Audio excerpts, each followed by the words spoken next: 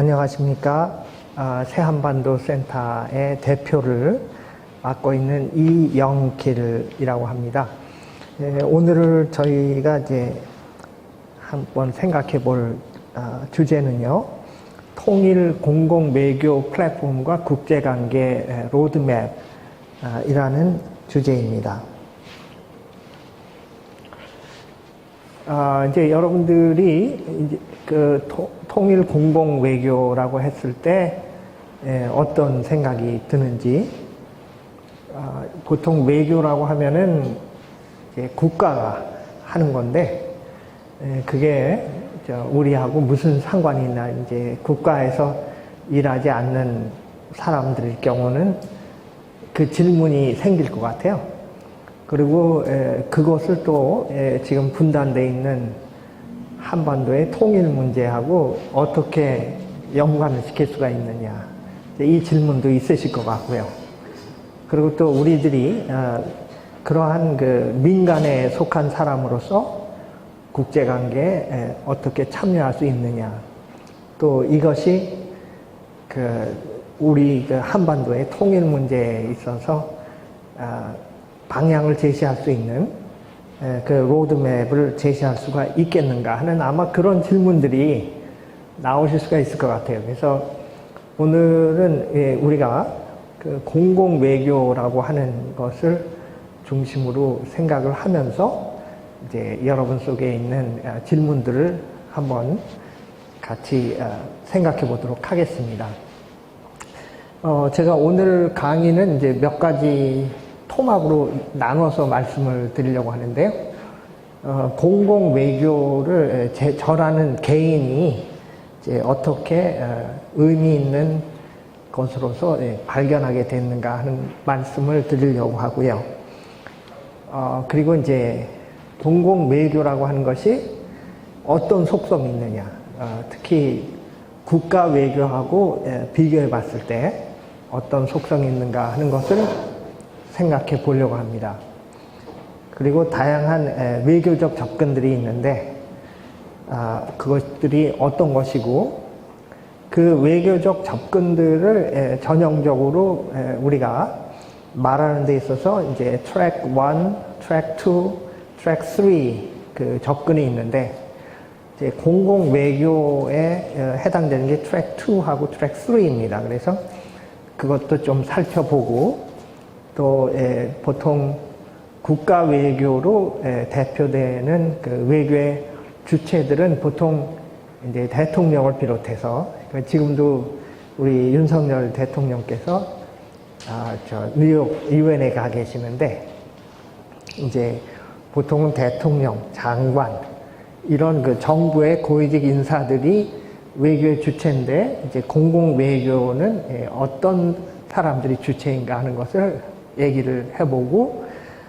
이제 그러한 공공 외교를 만들어가는 외교의 장, 그 플랫폼이 어떤 것인가, 그리고 그 공공 외교 플랫폼을 통일과 연관을 시켜서 어떤 방향으로 외교를 우리가 주도해 갈 수가 있는지, 그 부분에 대해서 말씀하면서 이제 어젠다를 제시하도록 하겠습니다.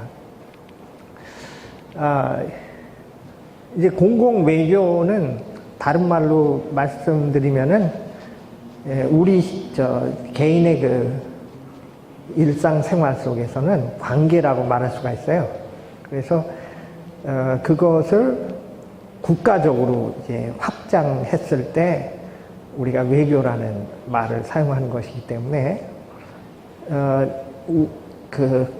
우리가 일상생활 속에서 이제 외교적인 일을 많이 하죠. 그것이 그 관계입니다.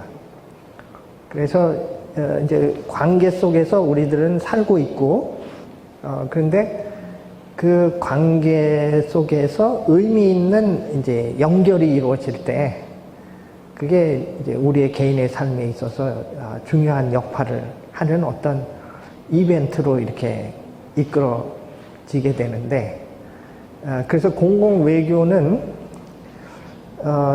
이제 국가 외교하고 대비되는 개념이거든요. 그래서 이제 외교를 하는 데 있어서 공공 외교에 있어서는 개인적 측면이 이제 상당히 중요하다는 것을 말씀드리는데, 제가 이제 그런 관련을 통해서 말하자면 그 공공 외교의 한 그 플랫폼을 만나게 된 것인데요. 그게 Geneva Institute for Leadership and Public Policy라는 그 스위스 기관입니다. 그래서 제가 한 10년 전부터 이제 스위스에 있는 그 기관을 알게 됐고, 그래서 이제 거기서 말하자면 제가 이제 외교를 배우고 또 공공 외교의 플랫폼을 이제 발견을 하게 된 겁니다. 그래서 거기는 제네바에 있고, 이제 이번에 우리 세안반도 센터에서 청년 대학생들이 그 제네바에 갔다 왔거든요.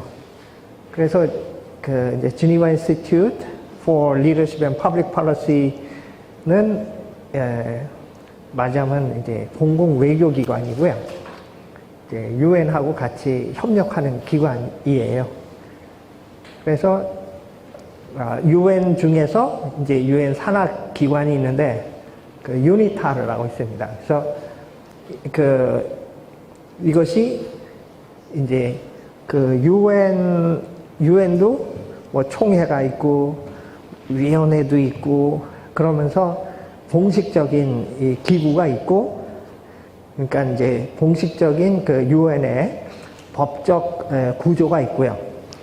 그리고 그 유엔의 구조 안에서 만들어진 산하 기관들이 있어요. 그래서 이제 특정한 그 목적을 갖고, 그러니까 초점을 갖고 일을 하는 거죠. 예를 들면 유니세프다. 그러면 어린이죠. 그죠? 그리고 이제 UNHCR이다. 그러면은 High Commission of Refugees. 그러니까 그 난민 문제를 다루죠. 그죠? 그리고 Human Rights Commission도 있고, 다양한 그 UN 산하의 기구들이 있어요. 근데 이제 그런 기구들이 있고, 동시에 국제 시민사회가 있습니다. 그러니까는 우리식으로 생각하면 돼요. 그러니까 한국 정부가 있고요. 그 다음에 정부의 부처가 있잖아요. 그죠? 뭐 보건부도 있고, 교통부도 있고, 법무부도 있고, 이런 식으로 부처가 있고, 그 다음에 그 정부가 일을 하는 데 있어서 시민사회가 둘러싸고 있죠. 그죠? 그래서 그 이제 부처에 어떤 특정한 목적을 위해서 일을 할 때 이제 시민사회가 손발이 돼주는 거거든요. 그래서 우리 한국의 사례를 통해서 뭐 보시면 쉽게 이해가 되는 것 같이, 정부도 그 정부가 스스로 혼자 할 수 없는 것 같이 국제사회도 이제 UN 산하기구가 있으면은 그 UN 산하기구하고 연계된 연계기구라는 게 있어요. 그러니까 국제시민사회가 만들어내는 이제 다양한 기구들이 있습니다. 그래서 그것이 그 UN하고, 그러니까 UN이라고 하는 세계 공무원 조직이 있고요. 그 다음에 그 공무원 조직과 함께 일하는, 실제로 일하는 시민사회 기구들이 있어가지고 UN 인터페이스를 만들게 되는 거죠. 그러니까 접촉면이 생기는 겁니다. 그래서 이제 저희 같은 경우는 시민사회가 만든 UN 연계기관이 지니바 인스티튜트고요. 그리고 UN 산하의 기관은 유니타르, 그래서 United Nations Institute for Training and Research. 그래서 외교 교육기관인데, 이제 이렇게 해서 제가 공공 외교를 배우고 실천할 수 있는 그 현장을 갖게 됐습니다.